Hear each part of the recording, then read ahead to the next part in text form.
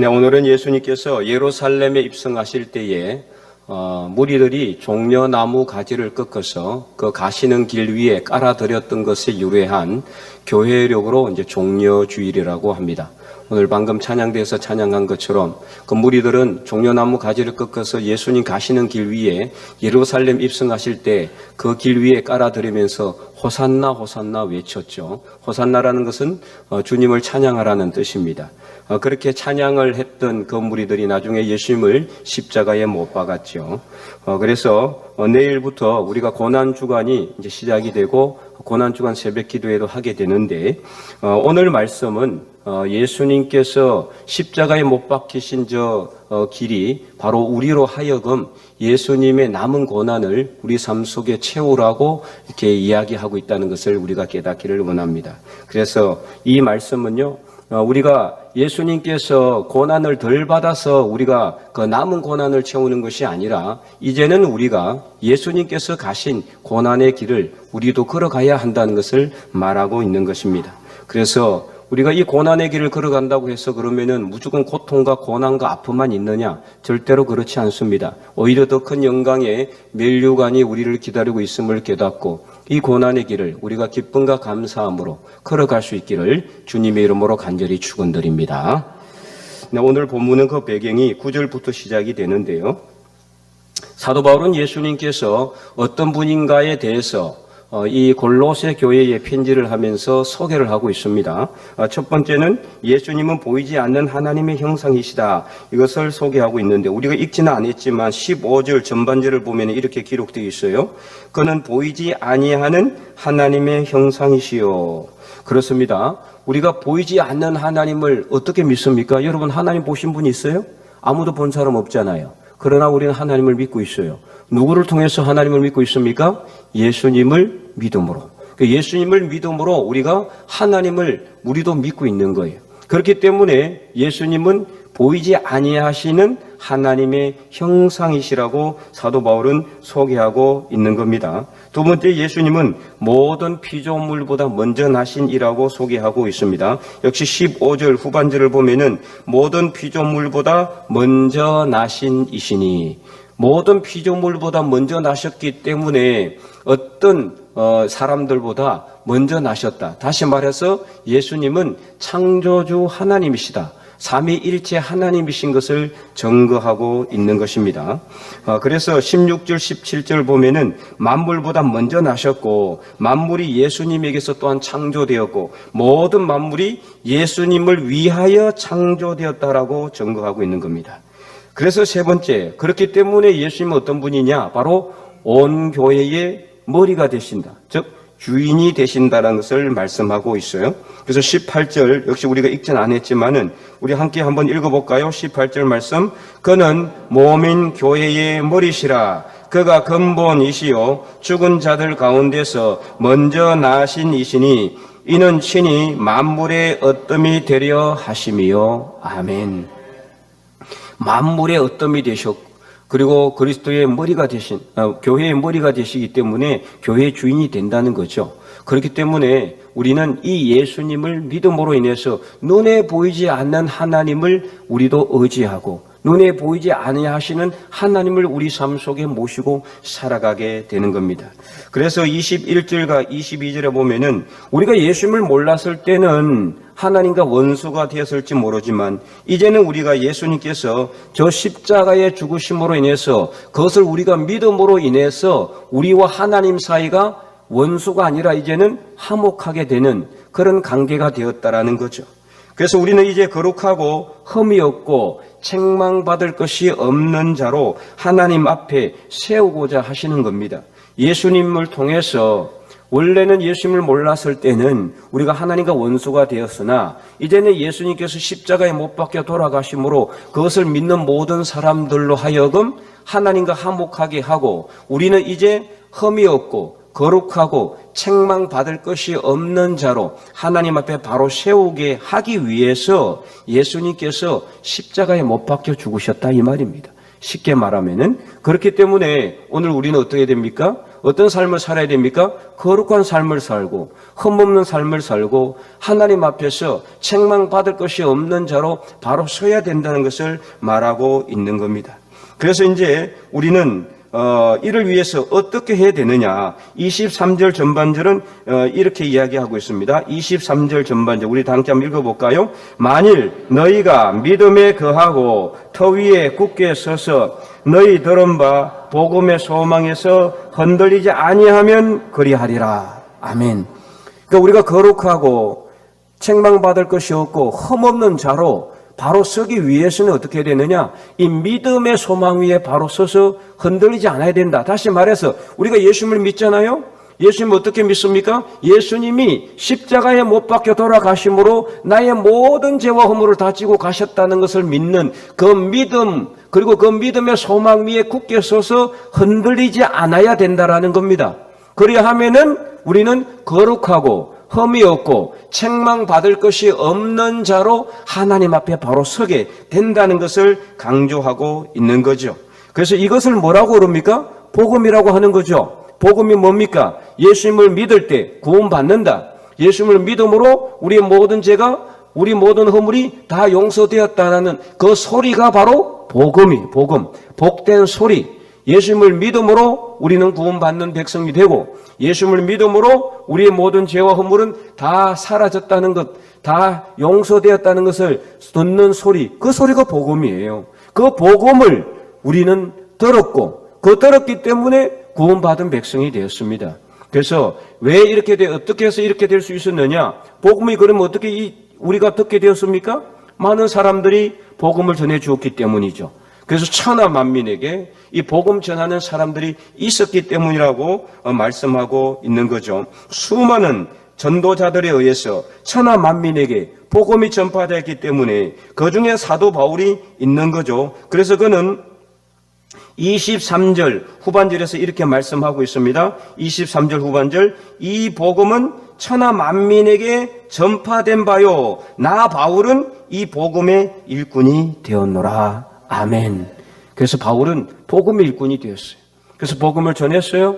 복음을 전해 들은 사람들은 이 복음을 듣고 예수님께서 이 땅에 인간의 몸으로 하나님과 동등하신 분이셨는데 이 땅에 인간의 몸으로 낮아져 오셔서 나의 죄와 나의 허물을 다 지시고 십자가에 못 박혀 돌아가셨다. 이것을 사도 바울이 전해준 거예요. 그래서 그것을 전해 들은 사람들은 듣고 구원받은 하나님의 백성들이 되게 되었다라는 겁니다.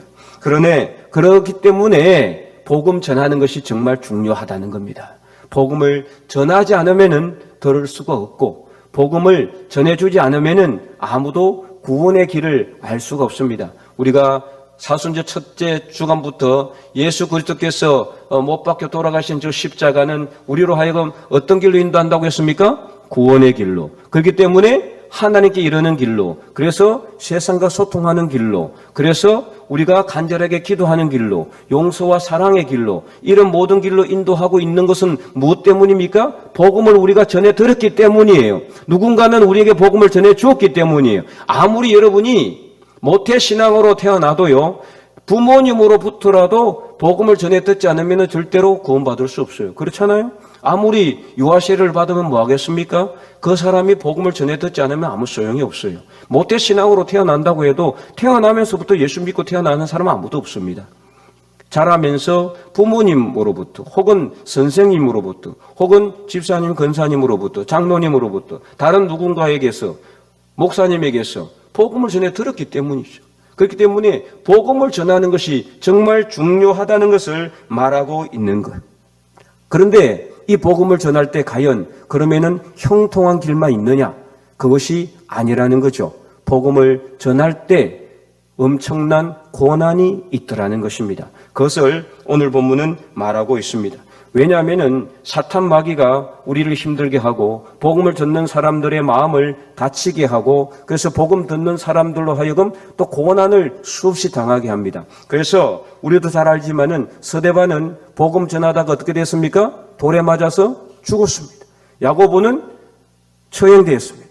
베드로도 사도들도 옥에 갇히고 감옥에 갇히고 수없이 많은 고난을 받아야 했습니다. 오늘 이 말씀을 증거하고 있는 사도 바울도 다메섹 도상에서 예수님을 만난 이후로 그가 예수님을 증거하다가 다른 사람들이 그를 너무나 많이 때려서 죽은 줄로 알고 성 밖에 갖다 버리기도 했습니다.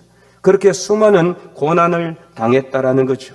그런데도 불구하고 사도 바울은 이 고난 받는 것을 오히려 기뻐한다라고 오늘 본문은 기록하고 있습니다. 그리고 그는 한 단계 더 앞으로 나아갑니다. 그것이 무엇입니까? 24절 말씀 우리 큰 목소리로 한번 읽어보도록 하겠습니다.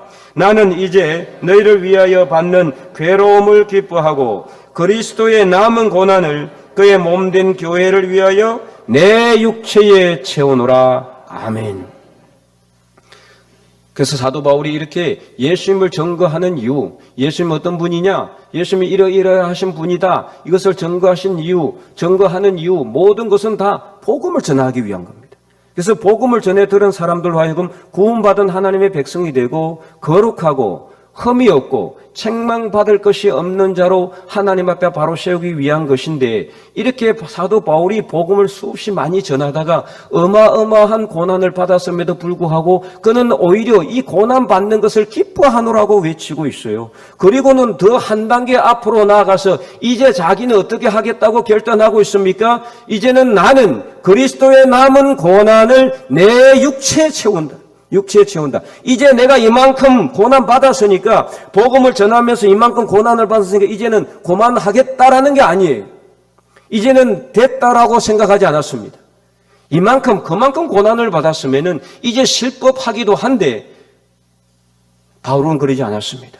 오히려 자기의 남은 인생에 그리스도의 남은 고난을 자기 육체에 채운다라고 그는 고백하고 있는 것입니다.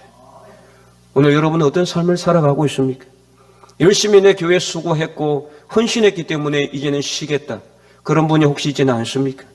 여러분, 오늘 우리가 예수님의 부르심을 받았으면 우리는 이 땅에서 호흡이 끊어지는 그날까지 그리스도의 남은 고난을 우리 육체에 채워야 하는 사명이 있는 사람들임을 분명히 깨달으시기 바랍니다.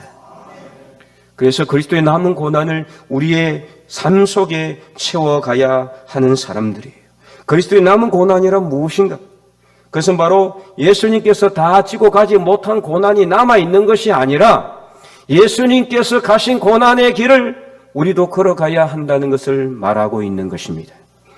따라서 그리스도의 남은 고난을 육체에 채운다라는 것은 우리가 복음을 전하면서 고난도 함께 받는 것을 의미하는 것입니다. 그래서 사도 바울은 고린도후서 1장 8절에서 9절 고린도 교회에 편지를 하면서 자신이 아시아 지역에서 받았던 그 환난, 아시아는 오늘날로 터키 지역이에요. 거기에서 받았던 그 고난, 사도행전에 보면은 13장 이후부터 보면은 이 사도 바울이 바나바와 함께 제1차 선교 여행을 떠나고 2차, 3차는 실로아노와 함께 디모데와 함께 가잖아요. 1차, 2차, 3차 선교 여행을 하면서 그가 받았던 고난이 어마어마한 거예요. 그래서 너무나 고난이 많았기 때문에 자기는 죽은 줄, 사형 선고를 받은 줄 알았다라고 그는 그렇게 고백했어요. 얼마나 고난이 컸는지 살 소망까지 끊어지고 그래서 이제는 죽겠다라고 생각할 정도로 고난을 받았다는 겁니다. 그리고 자기들이 사형 선고를 받은 줄로 착각할 정도로 어마어마한 고난을 받았습니다. 그럼에도 불구하고 그가 이 고난을 기뻐한다고 하는 이유는 뭐냐? 그에게 아직 남아있는 그리스도의 남은 고난이 있었기 때문에 그 고난을 자기 육체에 채워야 되기 때문에 그는 이것을 결단하고 있는 겁니다. 그래서 그는요 고린도후서 11장에서 복음의 일꾼이 그가 되어서 예수 그리스도의 남은 고난을 자기 육체에 채우면서 받았던 고난을 이렇게 간증하고 있어요. 그것이 무엇입니까? 수고를 넘치도록 했고요. 옥에 갇히기도 했고 매를 맞았고 죽을 뻔하였고 40에 하나 감한 매를 5번 맞았고 3번 태장을 맞았고 돌에 맞아서 죽을 정도로 엄청난 고난을 받았고 3번 파선을 하여서 파선했다는 것은 배 타고 가다가 배가 완전히 무너진 겁니다. 그로 인해서 일주야를 깊은 바닷속에 잠겨 있었고 강의 위험과 강도의 위험과 동족의 위험과 이방인의 위험과 시내의 위험과 강야의 위험과 바다의 위험과 거짓 형제의 위험을 당하고 수고하고 애쓰고 줄이고 자지 못하고 목마르고 굶고 춥고 헐벗었노라고 그는 그렇게 고백했습니다. 여러분, 이 고난의 크기가 얼마나 큽니까? 그야말로 고난 종합 선물 세트입니다.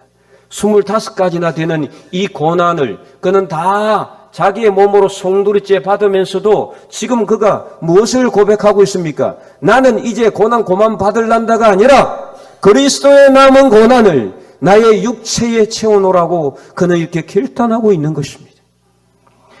그리스도인들이라면 이런 결단을 해야 됩니다. 우리가 이 땅에 살아가면서 여러분 천년, 만년, 평생토록 영원토록 살 수 없습니다. 이 땅에 살아가는 시간 유한합니다. 그 기간 동안 우리가 고난받지 않으려면 무엇을 위해서 우리가 이 자리에 섰습니까? 우리가 영광만 받기 위해서 이 자리에 서 있는 것이 아닙니다. 그리스도와 함께 그리스도의 남은 고난을 우리 육체의 체험으로 인해서 그 하나님께 영광을 올려드리고 거룩하고 흠이 없고 나중에 하나님 앞에 섰을 때 책망받을 것이 없는 자로 설 수 있는 저와 여러분이 될 수 있기를 간절히 소망합니다. 그러나 우리가 서두에서 잠깐 제가 말씀을 드렸지만 이렇게 우리가 예수님의 남은 고난을 우리 육체에 채운다는 것이 무조건적인 아픔과 고난만, 고통만 남는 것은 절대 아니에요. 제가 이렇게 고난을 강조했고 사도 바울도 고난을 강조했지만 그러나 고난 받으면 받을수록 어떻게 되느냐? 오히려 우리에게는요 더 많은 복이 우리 삶 속에 넘쳐나게 되는 거예요. 이것을 우리가 알아야 됩니다. 이게 바로 고난의 비밀이요 법칙이에요. 세상 사람들은 어떻습니까? 고난 받으면 받을수록 힘들고 어렵죠. 그러나 그리스도인들은 고난을 받으면 받을수록 더 영광이 넘치게 되고 소망이 넘치게 되고 더 하나님께서 주시는 복이 여러분의 삶 속에 차고 넘칠 수 있다는 것을 분명히 믿고 확신하시기 바랍니다. 그래서 오히려 우리가 약해지면 약해질수록 우리는 강해지게 되는 겁니다. 그래서 우리 안에 그리스도의 능력이 머물게 됨으로 인해서 우리는 우리 안에 역사하시는 성령의 풍성한 은혜를 덧입게 되는 줄로 믿으시기 바랍니다. 그래서 사도 바울은요 고린도후서 12장 9절에서 10절 이렇게 고백했습니다. 우리 함께 읽어볼까요? 고린도후서 12장 9절 10절 말씀. 나에게 이러시기를 내 은혜가 내게 조카도다. 이는 내 능력이 약한 데서 온전하여 짐이라 하신지라. 그러므로 도리어 크게 기뻐함으로 나의 여러 약한 것들에 대하여 자랑하리니 이는 그리스도의 능력이 내게 머물게 하려 함이라. 그러므로 내가 그리스도를 위하여 약한 것들과 능력과 궁핍과 박해와 공고를 기뻐하노니 이는 내가 약한 그때에 강함이라. 아멘. 여러분 이 말씀은요 사도 바울이 육체의 가시가 있었어요. 그 육체의 가시가 무엇인지 정확하게는 모르지만 아마 그에게 있는 고질적인 질병 같은 것이었을 것입니다. 그래서 그것을 없애달라고 주님께 3번이나 간구했어요. 여러분 사도 바울이 어떤 사람입니까? 그는 죽은 자도 살렸습니다. 어마어마한 성령의 능력을 행했던 사람입니다. 그럼에도 불구하고 그에게 있는 육체의 가시는 자기 힘으로는 어쩔 수 없었어요. 그렇기 때문에 주님께 3번이나 없애달라고 간구를 했는데도 불구하고 주님께서 그 다음에 대답한 말씀이 바로 이 9절 말씀이에요. 내가 3번이나 죽게 내 육체의 가시를 없애달라. 너무 괴로우니까 너무 힘드니까 주님 이 육신의 질병을 고쳐주시옵소서 3번이나 주님께 간구했는데 그때 주님이 말씀하신 내용이 주님께서 나에게 이르시기를 내 은혜가 내게 족하도다.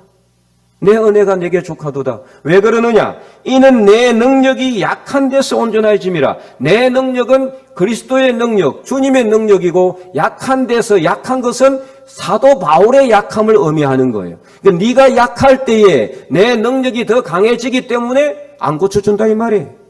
고쳐줘 버리면은 병 고치는 것으로 끝나지만은 더 이상 그리스도의 능력이 머물지 못하기 때문에 고쳐주지 않겠다라는 겁니다. 그러니까 이것을 깨닫고 사도 바울이 그 다음에 대답하는 겁니다. 그러므로 도리어 내가 크게 기뻐함으로 나의 여러 약한 것들을 오히려 어떻게 하겠다? 자랑하겠다. 자랑하겠다. 여러분 자기 약한 걸 자랑하는 사람이 세상 천지에 어디 있습니까? 내가 이렇게 약하고 내가 이렇게 부족하고 내가 이렇게 힘이 없고 이거 자랑하는 사람이 어디 있어요? 다 숨기잖아요. 다 안 드러내려고 하잖아요. 그러나 사도 바울은 자랑하려고 하는 겁니다. 왜요? 자기가 약할 그때에 그리스도의 능력이 자기 안에 머물고, 그래서 자기가 강해지기 때문에, 그래서 자기의 여러 약한 것들에 대해서 자랑한다라고 이렇게 고백하고 있는 것입니다. 그러므로 여러분들도 고난을 받으면 받을수록 오히려 그리스도의 능력이 여러분 안에 머물게 되는 것을 깨달으시고 그 그리스도의 능력을 경험할 수 있기를 간절히 소망합니다. 여러분, 사실 그렇잖아요. 우리가 힘들고 어렵지 않으면 언제 하나님께 기도하겠습니까? 형통하고 평탄할 때 나는 하나님께 더 많이 기도한다? 천만의 말씀이에요. 안 합니다. 못 합니다. 하기 힘듭니다. 그러나 힘들고 어려울 때 하나님께 우리는 기도할 수밖에 없어요. 하지만 더 감사한 것은 우리가 힘들고 어려울 때 우리가 감당하지 못할 시험 당함을 하나님은 허락하지 아니하세요. 우리가 감당할 시험만, 감당할 수 있는 시험만 허락하시고, 우리가 시험 당할 점에 어떻게 한다고 그랬습니까? 피할 길을 주셔서 능히 이것을 감당하게 하신다라고 로마서 8장은 분명히 증거하고 있습니다. 그러므로 여러분들이 고난 받는 거 어려워하지 마세요. 두려워하지 마시기 바랍니다. 오히려 담대하게 고난을 맞서 싸우고, 그 고난이 있으면은, 힘들고 어려운 일이 있으면은 오히려 더 열심히 간절하게 하나님께 기도함으로 그리스도의 능력을 경험할 수 있는 저와 여러분이 되시기를 간절히 소망합니다. 또한 고린도서 4장 10절에서도 사도 바울은 이렇게 고백하고 있습니다. 고린도서 4장 10절 우리 다 함께 읽어볼까요? 우리가 항상 예수의 죽음을 몸에 짊어짐은 예수의 생명이 또한 우리 몸에 나타나게 하려 함이라. 아멘. 참으로 대단한 말씀입니다. 예수님의 죽으심을 우리 몸에 짊어진다. 이건 뭐냐? 바로 예수님의 고난을 우리도 같이 겪는다, 경험한다. 내가 그리스도 고난의 뒤를 따라간다, 이걸 의미하는 거예요. 그래서 예수 그리스도께서 고난받은 것처럼 우리도 복음 전하면서 고난을 받을 때 이것이 바로 예수님의 죽으심을 우리의 몸에 짊어지는 겁니다. 그런데 이렇게 하는 이유는 뭐라고요? 예수님의 생명이 우리에게서 나타나게 하려 하고 위해서. 그러니까 우리가 고난을 받음으로 인해서 오히려 우리는 더욱더 우리를 통해, 우리의 고난을 통해 다른 사람들이 야, 저 사람은 저렇게 고난을 받으면서도 저렇게 열심히 믿음의 삶을 사는구나. 정말 예수님은 살아있구나. 이것을 깨닫게 되고 그를 통해서 예수님의 생명이 모든 다른 사람들에게도 전파된다는 것을 깨달으시기 바랍니다. 그는 또한 갈라디아서 6장 17절에서도 이렇게 고백했습니다. 우리 다 함께 읽어볼까요? 그 이후로는 누구든지 나를 괴롭게 하지 말라. 내가 내 몸에 예수의 흔적을 지니고 있노라. 아멘. 여러분, 예수님의 흔적을 우리 몸에 짊어져야 됩니다. 우리가 살아가면서 그리스도인으로서 정체성을 분명히 가져야 돼요. 그것은 무엇이냐? 저 사람은 진짜 예수 믿는 사람이다. 이런 증거를 남겨야 돼요. 흔적을 남겨야 돼요. 저 사람 교회 다닌다 하면서도 별 볼 일 없는 사람이다. 뭐 희생해야 될 때 희생 안 하고, 뭐 일을 해야 될 때 다 도망가 버리고, 자기 어려운 거 다 안 하고, 그런 평가 받아서 되겠습니까? 그런 사람은 그리스도의 흔적 남기는 사람이 아니에요. 그리스도의 흔적을 남기는 사람은 어떤 사람이냐? 적어도 세상 사람들에게 저 사람은 예수 믿는 사람이다, 이 소리를 들을 수 있어야 합니다. 그것이 바로 예수 그리스도의 흔적을 지니고 사는 사람이에요. 어디 가든지 예수 믿는 사람으로서 낮아지고 섬기고 희생하고 솔선수범하고, 그래서 그 사람들을 위해서 필요한 것을 공급하여 주며 섬기는 삶을 살 때 그리스도의 흔적을 남기는 삶을 사는 사람입니다. 그 사람이 바로 오늘 이 시대에 예수 그리스도의 남은 고난을 우리 육체에 채우는 삶이라는 것을 분명히 깨달으시기 바랍니다. 이상을 통해서 그동안 우리가 살펴봤던 예수님께서 못 박혀 돌아가신 저 십자가는 우리에게 첫 번째 구원의 길로 인도하셨습니다. 그리고 하나님께 이르게 하심으로 세상 사람들과의 소통의 길로 인도하셨고 간절하게 기도하는 길로 인도했습니다. 그래서 우리는 어떻게 해야 된다고 했습니까? 하나님께 길을 열어드리고 하나님께서 우리 앞서 나가셔서 우리를 대신하여 싸우시고 일하심으로 우리는 승리를 만끽하게 된다라고 말씀을 드렸습니다. 그래서 온 세상 사람들을 예수님처럼 사랑하고 용서함으로 그들을 위해서 간절하게 기도하고, 이제는 우리가 예수님의 고난을 우리 삶 속에 채우고 예수님의 죽으심을 우리 몸에 짊어질 뿐만 아니라 어디로 가든지 어디에서 무엇을 하든지 예수님의 흔적을 남기는 삶을 살아갈 수 있기를 간절히 소망합니다. 무엇보다도 현재 우리가 복음을 전하면서 받는 고난이 있다면은 그 고난은요 너무나 작은 것임을 우리가 분명히 알아야 돼요. 그래서 고린도서 4장 17절은 이렇게 말씀하고 있습니다. 우리 함께 읽어보겠습니다. 우리가 잠시 받는 환난에 경한 것이 지극히 크고 영원한 영광에 중한 것을 우리에게 이루게 함이니. 아멘. 이게 무슨 뜻이에요? 지금 우리가 받는 고난이요, 내가 혹시라도 복음 전하면서 고난을 받는 일이 있다, 내가 예수님 믿으면서 고난 받는 것이 있다, 내가 교회 다니면서 받는 고난이 있다, 그 고난은 나중에 우리가 받을 영광의 면류관에 비하면 너무나 작은 것이라는 거예요. 너무나 작은 것. 그래서 우리가 이 받는 고난을 힘들어하면 안 돼요. 나중에 우리는 이 세상의 어떤 것으로도 바꿀 수가 없는 엄청난 영광의 면류관을 받을 것이라는 것을 소망함으로, 혹시라도 여러분이 힘들고 어려운 일이 있다면은 예수님을 생각하며 우리보다 먼저 앞서서 고난의 길을 걸어가신 예수님을 생각하며 그 믿음으로 이길 수 있기를 간절히 바랍니다. 또한 베드로전서 5장 10절에도 이렇게 말씀하고 있어요. 우리 다 함께 읽어볼까요? 모든 은혜의 하나님,